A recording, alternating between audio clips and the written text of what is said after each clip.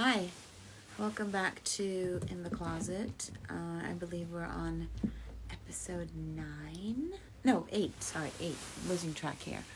And today I will be talking to my dear friend Lillian, amazing accessory designer. I'm particularly into this outfit. People say they really like me in pastel colors, so I'm, filling that out.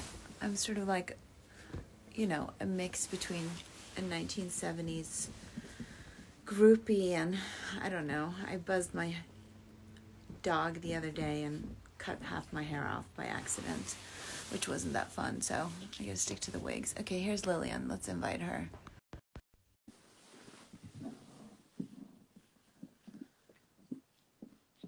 Lillian?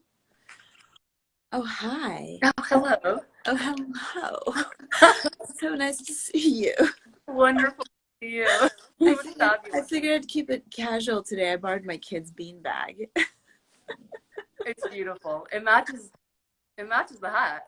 Kind of obsessed. It came on the neck of the time. I was like, trying to figure something out. And Steven's like, yeah, this just came in. I was like, oh. We know I love to be the first of things. Yeah. It's fabulous. Your hat's fabulous. Thank you. And these are really good after not having a manicure for, 2 months. I learned how to do my own nails. You did? Yeah. I tried that, but I also, sort of let my nails rest, considering I put them to the torture for 20 years. I feel you. So, yeah. Hi, how are you? I'm good. Yeah? This is my first IG live. How does it feel? It feels good. I mean, I'm glad I'm doing it with you. It's kind of like hanging out, but not really.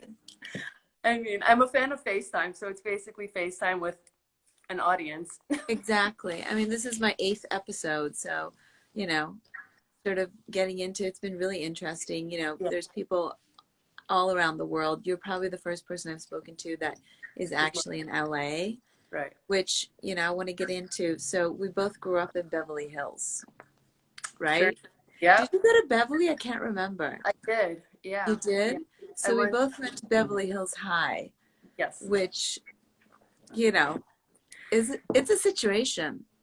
I was very focused in non-social things. So I was on sports and I was in orchestra, so I stayed out of trouble. Oh, I was on the other aspect of it all. I only got in trouble and didn't do any sports. I stopped playing tennis and I was just super naughty and all through high school. I mean, I even, I went to continuation. Oh, you did? Oh, so you were Yes. so bad. I was really bad. Like, that's for the naughty kids, Yeah. After 9th grade, I went to continuation 10th and 11th, and then I actually dropped out of high school. Like, I convinced my mother to put me at, the step after continuation is homeschooling, which for whatever reason, I have no idea why my mother let me do it because I never went back. That was like the end of it. That was it. I think Angelina Jolie also went to continuation. Yeah, she did. There was a few naughty kids with me in there. And you guys turned out great, so. Well, I wouldn't recommend it, but yeah. My question to you is, did you feel like you were a gangster in high school? Because me and all my friends, we were like Beverly Hills gangsters. Gangster. Or you were a good girl because we even like were tagging and had like our own like crews and stuff. Oh, no. I mean, I guess if I were to look back, I was kind of I wouldn't say I was a dork, but I just kind of did my own thing. I would bring a boombox to school and like sit in the corner and listen to CDs by myself. You were one of those. Huh? I mean, I was the kid that was like, okay, who do I know in 10th grade that has a car so I could ditch class and go to McDonald's? Oh, we would ditch sometimes. My friend had a pass to leave school and I would hide in her trunk. And we would go to we would like go to Silver Lake, but that was later on. Silver Lake, that's far. Yeah, I remember when we discovered Silver Lake and I was bragging to my my other friends like, "Ooh, we discovered this I mean, area I did of so Silver many Lake." bad things. I literally like took acid and went to biology class and freaked out and walked to the peninsula and hid. Oh I no, did a lot of bad things. no. Yes. I guess I was I guess I was a dork. I had 6 a.m. water polo practice. Then I was in school and never really ditched class. I was in honors orchestra. I was on varsity girls water polo. What year did you go? I graduate 2003. I graduated, so I guess from like 99 to 2003. Oh, you're so much. I think I would have graduated 92 or 93. I'm not, I've lost track, but I was a 90s child. Yeah, yeah. It was a lot of like De La Soul and like, It was a you different time. it was a fun time. It was definitely, an interesting time. And it's in like a few people from high school have like dug me up lately. I'm like, oh, I haven't talked to that person since the 90s. I'm like, where do they find me? That's This is so so wild. bizarre. And, I remember I was best friends with this girl named Evelyn Ungavari and her Oh, I know sister. Evelyn. You know Evelyn? Yeah. Yeah, We were in Contin the together. Evelyn. Yes. She's great. I actually ran into her in the street the other day. I designed the Evelina. I could leopard. Yes. It's Leopard carpets as yeah. With I the used with to go there as like a kid and be like, "This is the cool," with the chair, the yes, chair. that was all me. I was like in fifth grade when I would go, and I mean, it was too expensive for me because I'm a kid, Right. and those were insane. Oh my God, if I could just step back into that era, I would buy all of the. Come here. I'm in puppy training. I'm trying to get my puppy not to bark at people. She's like really small, but she's super vicious. She's like literally like, come here, be quiet. I even hired a dog whisperer, but I just don't even know if his like, his thing is working out. Um, okay, so tell me more about your background. So you're Persian American. Yeah. Do My you okay, my favorite thing is Persian rice. Do you make it? it's no.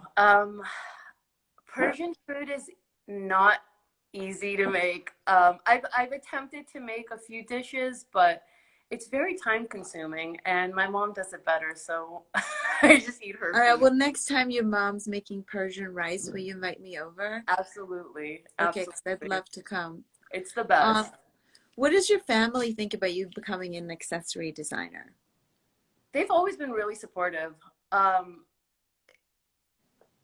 I've always created things, so I mean, my parents knew from a really young age if I was either in my room painting walls, making little outfits, or playing the piano. So they knew I was they knew I was a creative from a very young age.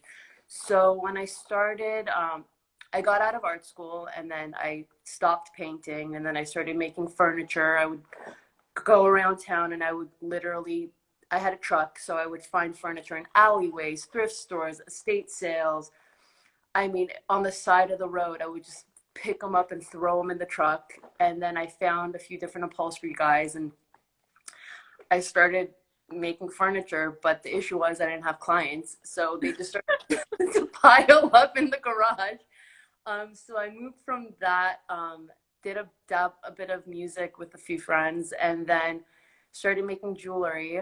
I actually tried to sell some jewelry to Diabolinas way back before I started my own line. It was like literally leather with spikes and crystals on chain, and I put it in the shadow box, like pinned the jewelry in the shadow box, and I was like, I want to sell you my jewelry, and they were like, I mean, it was kind of like a cool hangout back then. It was like if you went to Diavolina and you can like afford shoes from there, but it was when it was on Beverly and it was like that whole corner and that street of like, I don't remember Nice. There was a store named Nice that was next to it, and it was sort of like this time, like, I always remember Evelyn's dad, Evie, Evie, he'd always like scream, Evie, Evie. And we were always high and always naughty in high school. And it was always like, what are you doing, Evie? Wait, was it on La Brea at one point, or Yeah, that was later, but the original Brea, Diabolina Roberts, and Beverly? was on Beverly, and Beverly. then it grew, and then it moved to La Brea, which is now the Way We Wore, and they still have the decor. Right. Yeah. Oh shit. And the up. Okay. Yeah, I remember. Um, okay, so that's all just crazy flashback. What was the first piece you ever designed that was where you were like, okay, I'm a designer now? Oh gosh. Uh, I had made this bracelet, which I have somewhere in my drawers, but it was I mean, as like a designer in my head, or like really a designer. I made this bracelet with like safety pins and beads, and I tied all the safety pins up. This was in high school, maybe even elementary, and I started wearing it around, and people really liked it, and they wanted me to make them. And I only had enough materials for myself, but I was like, okay, this is interesting. Like that's when I kind of started to realize, like, I guess the power of jewelry. Um, I My dad would buy my mom like antique jewelry when he would go on trips to Paris because he was in textile. And my mom's not a big jewelry person. And so I would take them all and wear, I mean, finger loads of rings. You've always been really into fingers. Always. I mean, I used to have dreams that it was raining jewelry, raining rings. I mean, I was just obsessed with rings. I wish I had more fingers so I could put more rings on. And definitely my parents were like, you need to tone it down with all the jewelry. You look crazy. But I was obsessed. And as the years went by, I just started experimenting with jewelry. And basically, I started my own little line. And then a friend reached out to me and said, why don't we start a line together? We did that for about a year. And then I realized that I really loved working alone. And so we split, and then that's when I started my own brand and I just went to downtown, started walking into buildings, and met with jewelers. And I would come up with these ideas, and they would just be like, we don't know how to make that. This makes no sense. And I'm like, let's figure it out. They would be Right. like, I've been doing jewelry for 50 years. This is crazy. And I'm like, but that's why it's so cool. It's never been done. So Well, that's one of my favorite things about you as a designer. Whatever, I throw at you, you're like, okay, I'll make it. Can you yeah. make me, can you make me, what was the last thing we made? For Katie, those big Oh, bulbs, Christmas bulbs. I was bulbs. like, we just got to do it. I'm like, come on. And that's, that's really fun. So with that follow-up question, what's your favorite custom project? I'm being bit to death, by the way, by my puppy, but it's a live stream. Ow, it hurts my whole face. Like I literally like haven't had a facial in forever. Needling facials and all that. I don't need it because I'm literally like bit to death everywhere. Like she just like is teething and I'm like trying, no, no, no. Oh, I'm trying, but it's like I'm totally like jacked up, because I'm just being bit to death. But it's life. um, yeah, it's cute little guy. I'm trying to Yeah. think of my favorite custom project. God, you've thrown a lot at me, but I think the most challenging ones are the funnest ones. The pieces I've done for Erica Badu, the grills I've made her have been really wild. Um, she throws some crazy ideas at me, and I'm not a grill maker, but I learned a lot just working with her. And You're kind of like the grill girl emergency doctor. If yeah, anyone needs it, just call Lillian because she'll hook you up. I mean, I'm most comfortable in ring designing, but grills were just, I mean, there's so much involved in that. You have to properly do the casting of the mouth, and with a ring, if it's not the right size, you just expand it or make it smaller. But with teeth, it's a whole different ball game. And the engineering, I mean, it's crazy, but the final products are usually really awesome. So I've enjoyed making custom grills. Honestly, I just every project is really exciting to me. I'm just excited that I get to But make things. just so everyone knows, like, what's sort of your price point of your designs? Like, what from like the cheapest to the most expensive? The cheapest piece I have on my website, I believe, is $150, and it's just a little earpiece, um, and could go up to 5,000. I've done custom work that is a bit more expensive than that. That I don't really broadcast because it's a private client. Right, of Um, course. but I just uh, yeah, I'm willing to do anything. I That's the whole fun of creating, getting thrown ideas and then kind of trying to figure out how to do it, or it would get really boring. Well, you've done so great in the showroom. Every time you drop things off, I'm like uber excited because you just don't know. I mean, all of a sudden you're making gloves, there's the crazy hat, there's these, and then, you have your baseline of jewelry too. But that's what's so great about you being in LA because you're like always accessible to us for like any project that comes in and you just sort of like make it happen. Yeah, I mean, I've always, as I said, I've always loved to create things, but when you feel like you don't have a proper platform to show your work, it kind of gets, when you're younger, you just create to create. Who cares who? Right. I mean, for you, it's literally for you. It doesn't matter who sees it. But obviously, as you get older, it's like, okay, well, I want to expand my audience from So just my. can you how's the residency been for you? That's what I'm getting to. You guys change. I mean, really, you guys changed my life. Ideas that I've had for years that I'm just like, I'm not ready to put this out because who the fuck is gonna see it? Oops. Who's gonna see the work? Bleep. Beep. But just, I mean, your support has been so rad. Just having you like on my team is so cool. And the people that are in the showroom, Stephen, Ellie, you guys are all great. It's a really great family, and just Yeah, we are a little fashion family. you guys really are, and you guys We're not your traditional showroom. Like we really, I look at all my designers as my children, and I'm like there to groom them. right. And that's the cool thing. If I'm working on a project and I send it to you guys, and the team is like, you should probably take that out and add some of this. And usually, I do not like being told what to do. That's like I have an allergy to like people telling me what to do. But when you trust the people you work with, sometimes they know better. They know the stylist better. They know the celebrity better, and they're like, she wouldn't really like this much feather. Let's tone it down a bit. Right. And so it's made me a lot more aware of my work and hearing other opinions. And I'm like, oh, you know what? They're right. Maybe I should edit this or edit that instead of just being like, it's my work. I'm the artist. Screw all of you. Sometimes having a professional opinion is really, really helpful. And that's helped me grow. Amazing. I mean, you're doing great. Is your mom watching? I don't know. I haven't even been looking down to see if I always feel like your mom is sort of like your biggest supporter and your biggest fan, right? she is. She really is.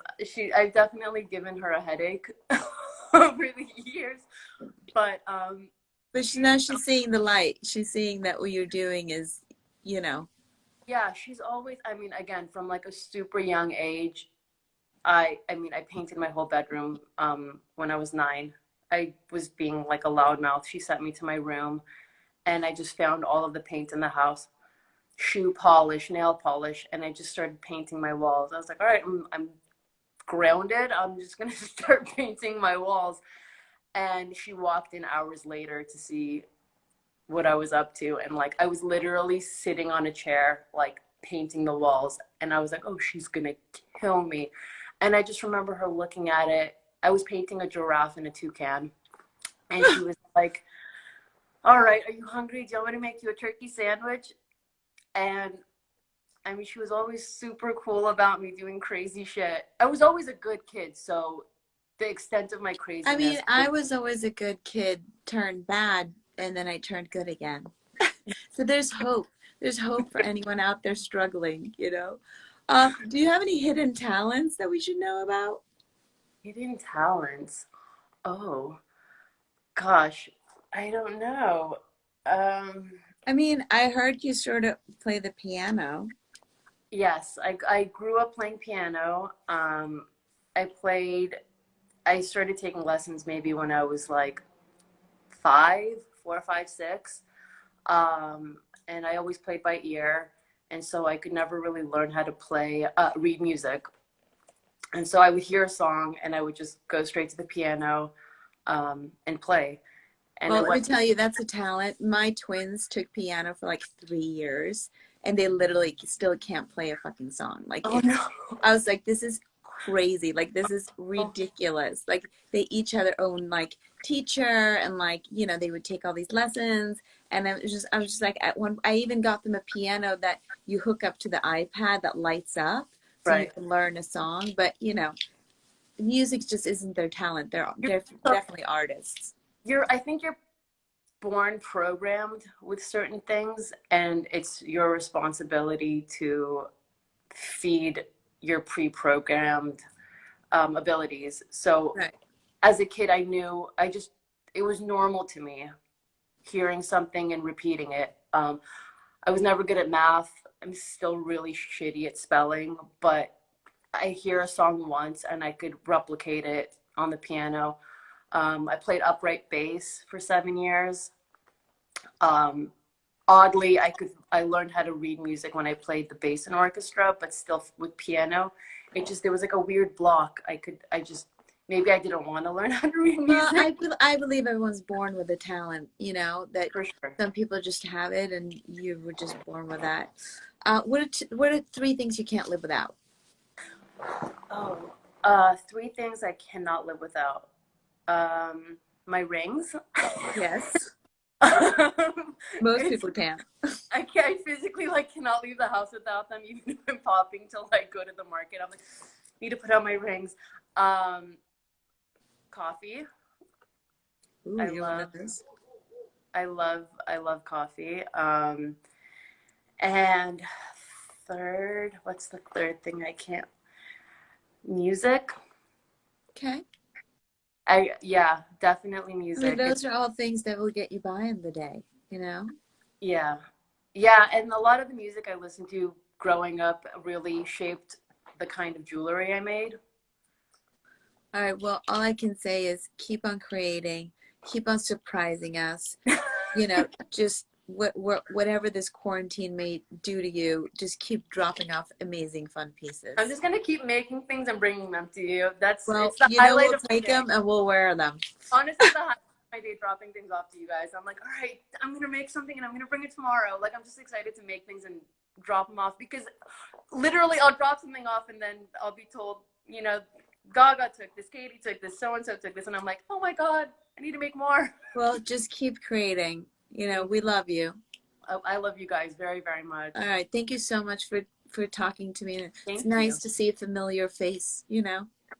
Can't wait to see you in person. Yes. Bye.